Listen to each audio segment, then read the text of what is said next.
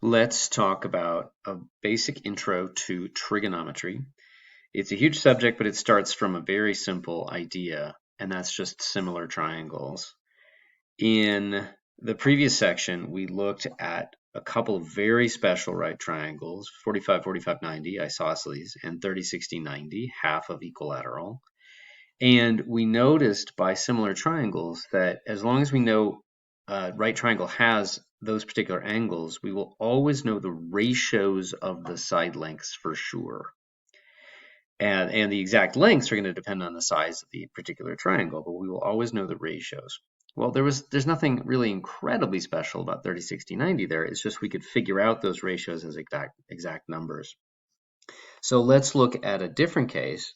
I picked an angle that might seem at first rather a strange choice, which is 36.88 degrees. And so like this brown triangle, or kind of orangey brown triangle, ABC, is a right triangle where one of the angles, and that's the one we're focusing on right now, is 36.88 degrees.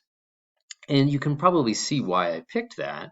That's because when we actually make a triangle with that exact angle measure, and then we carefully measure the sides, it turns out we can make a triangle with that angle where the opposite side, and so this is an important thing, is that once we've focused on one of the angles in a right triangle, and say that's our main interest, then one of the legs will be the opposite leg.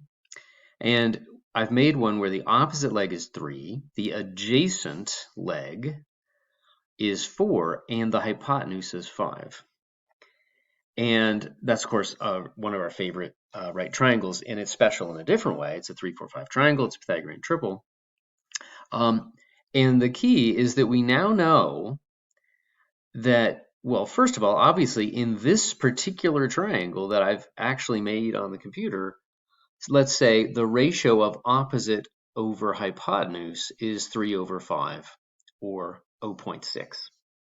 The ratio of opposite, or let's say adjacent over hypotenuse is 4 over 5, and the ratio of opposite over adjacent is 3 over 4.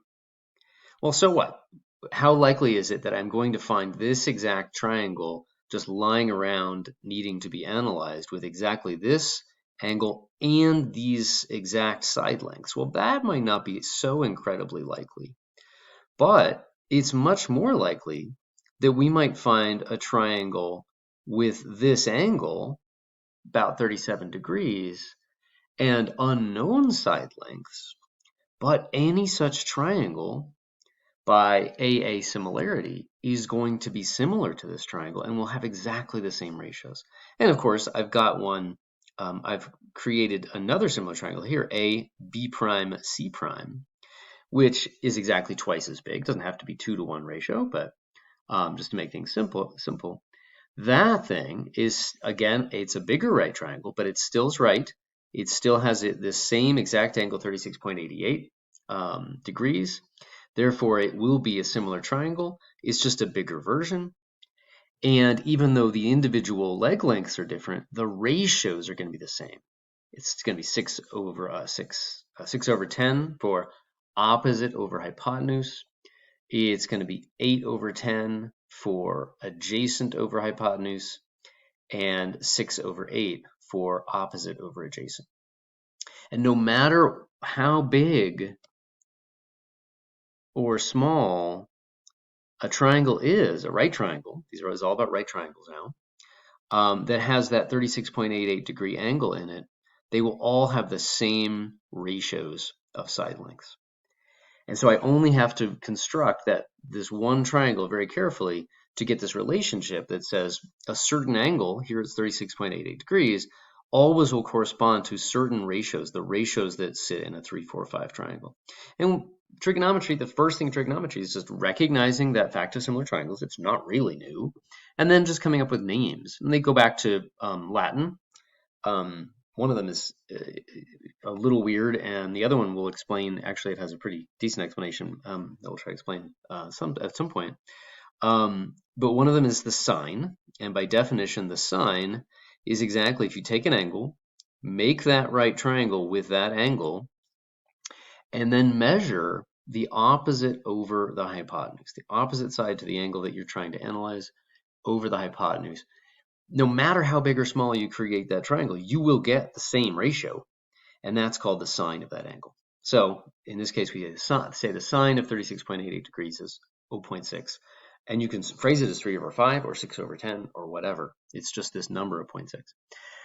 Once someone has calculated that carefully, and that was first done hundreds and hundreds of years ago, we don't actually really have to do it ourselves if we don't want to. We could look it up in a table or use a calculator.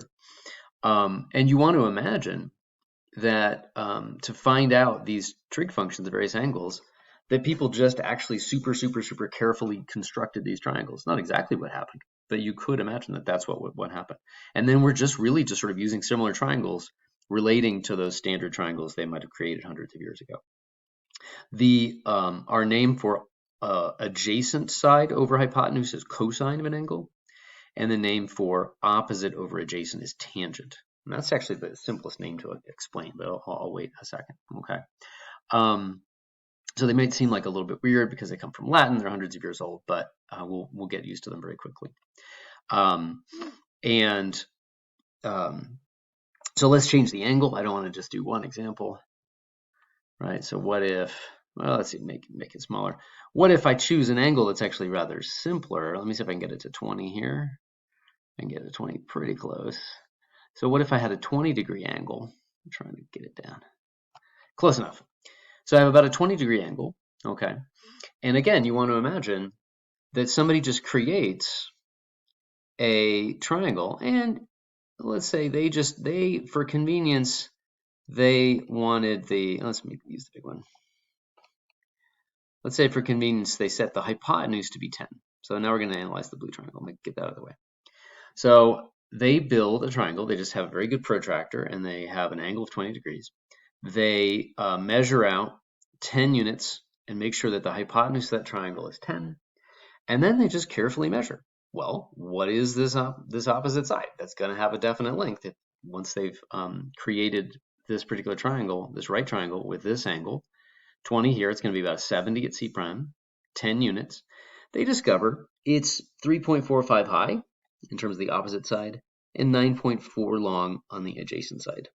And they take those ratios, and you can imagine, again, not exactly how the computer's doing it, but you can imagine that you're just looking up in a table that was based on people creating a 20, 70, 90 degree triangle long ago, and they just actually made that and they put it in some museum or something, and people can come and measure it and check them, and we see that the ratio of opposite over hypotenuse for the 20, 70, 90 degree triangle is about 0.34, and we can calculate that out to as many decimal places as we want. But we'll just do it to 2 decimal places. The ratio of adjacent over hypotenuse is 0.94, and the ratio of opposite over adjacent is 0.37. Once you've got those numbers, then you don't ever have to recalculate them. You just have to look them up or use a calculator that has clever ways of recalculating them on the fly. And then it's really basically similar triangles, just in a new name. It doesn't always feel like it, but it's really just basically similar triangles. So I'm gonna, in a follow-on video, we're gonna do just one quick example of how you would use that and how you would use the language of sine, cosine, tangent, the basic right triangle trig functions.